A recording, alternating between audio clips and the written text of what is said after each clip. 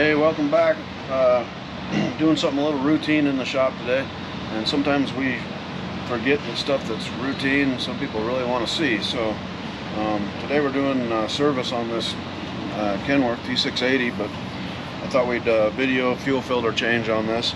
To some it's probably routine and dumb to even see a video. To some that have never done it, that's kind of why we're doing this, so that if you've never done it and you want to see it done, that's what we're doing. So, but anyway, today we're going to change this with some Fleet Guard filters. The one going on the motor today is a Fleet Guard FF5825. I think there are some other ones. This is just what we use here in the shop. There's probably some extended lives and different ones, but as long as you get the one that fits, good to go. So we're going to go ahead and pull these off, and then we'll do this frame one here, this pack guard filter also down here, and show you that. So they're either ridiculously tight or not tight enough, one of the two. But get that off of there. And you can do a number of things. Some people want to poke a hole in it and keep, you know, it drains, whatever you want to do is fine. Myself, I just pull it off. It does run fuel everywhere, but I'm willing to hit the truck with a steam cleaner if I need to or whatever. So definitely they're long-winded, so you just gotta stay with it.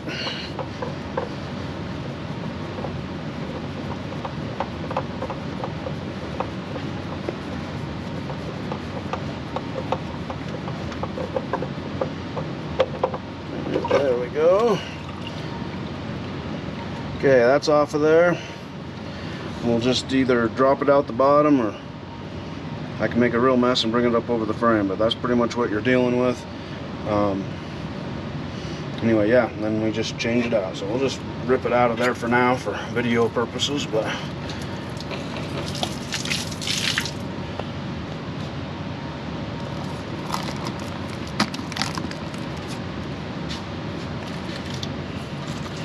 alright, here's our new one.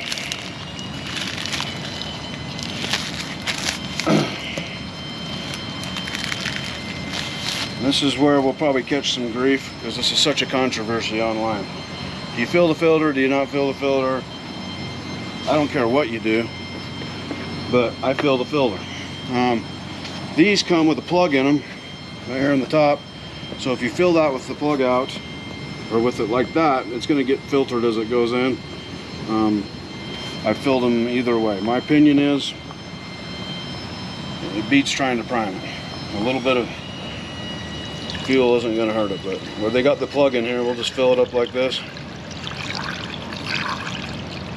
What I've noticed with these, and this is just me, so this is not gospel by any means, but they seem to go on better when they're got a little weight in them. I don't know why that is. So I don't fill it completely up, so I don't spill it everywhere and drop it, just enough that I can handle the weight of it. Make sure the gasket's lubed up. So it's about half full right now. It does have an electric pump, so that'll help it prime up. But yeah, just go in there.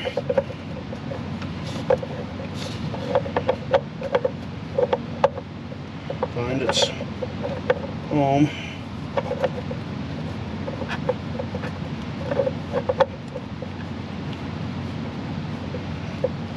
Like that. And now it's on. Run it up. If you can see these marks, this is what I like about Fleet Guard. I think a lot of them do this, but you know, everybody says, oh, put the filter up until it's just tight with your hand or whatever, but the filter itself says you go to it contacts, and then you go 3/4 of a turn. So if it contacts on C, you're going to turn it around to D. Pretty basic. I mean, the last thing you want is it coming off. And I mean, some are definitely too tight, but you can also get them too loose. So I like that. I'll just go ahead and spin that on.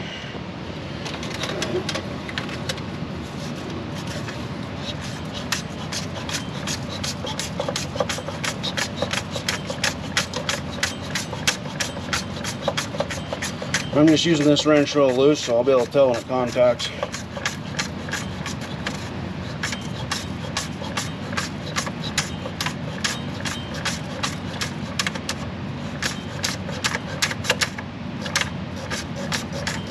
right there. It contacted. I'm just going to use this one. So I'm C here. So we'll go around to where D's at my thumb, or thereabouts. Just get close, all right?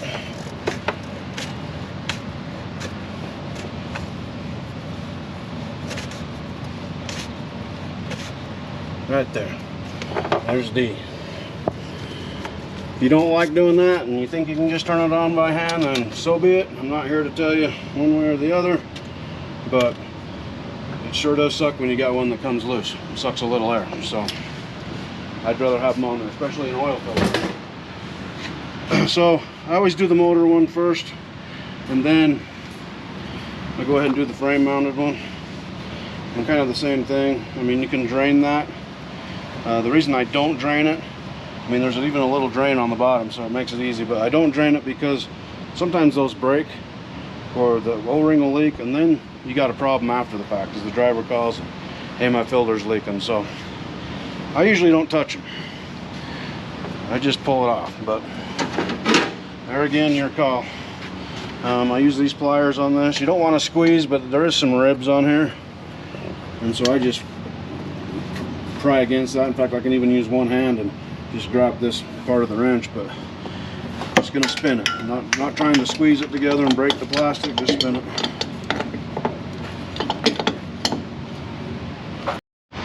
Alright, so we'll just spin this off. Oh, I forgot to mention that we got it unplugged here, the water and fuel light, so you'll have to do that. But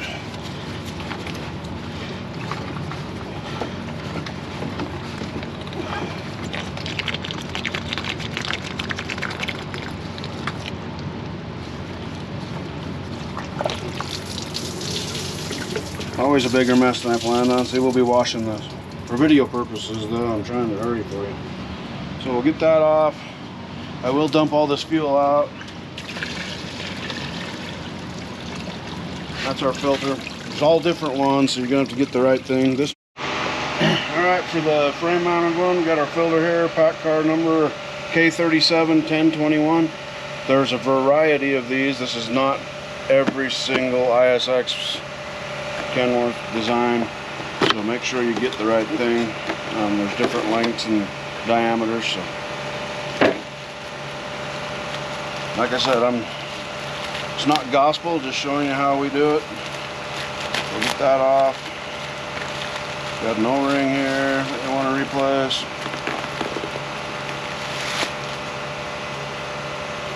So this filter has some little cogs in it right here. That goes down. I don't know if you can see, but in the bottom of the bucket there's some little things that poke up, and they kind of sit on there, so it does its thing, like so. Go ahead and replace the O-ring, get it down in its groove, and then I fill this one too, just like the other one. And just my opinion, I'm sure I'm going to get some grief. Oh, you shouldn't fill it, but I don't know, you're going to crank a very long time, or you're going to run the electric pump a very long time trying to get this thing to prime up. So my opinion is the less time the better, not wearing crap out. So anyway, here we go. Looks like we need just a little bit more fuel. Hang tight. Alright, in the magic of movie magic, I guess, I got some more fuel. I'm going to fill this pretty full. And then I'm going to get just a little bit on the O-ring here. You can use grease or whatever. I just like to use the fuel, but there we go. Alright. Finally went. They are a little temperamental, but just make sure you don't cross-thread it. And the big thing that we see a lot is you'll think you got it tight. This gap right here, it'll kind of snug up, but you want to make sure and tighten that right up to the top. Like, that would be hand tight, but it's not nearly tight enough, and it will suck some air. So get your wrench and keep going until that stops.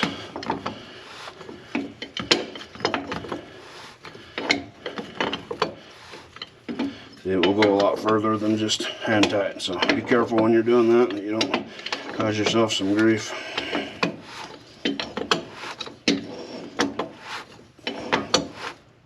There, stopped. That's pretty much it. You plug back in your whiff sensor, water and fuel sensor, and it's got an electric pump, so we just cycle the key a couple times, 2-3 times. You'll see the fuel start to run out of this and continue to fill that one, so you know you've picked up the fuel.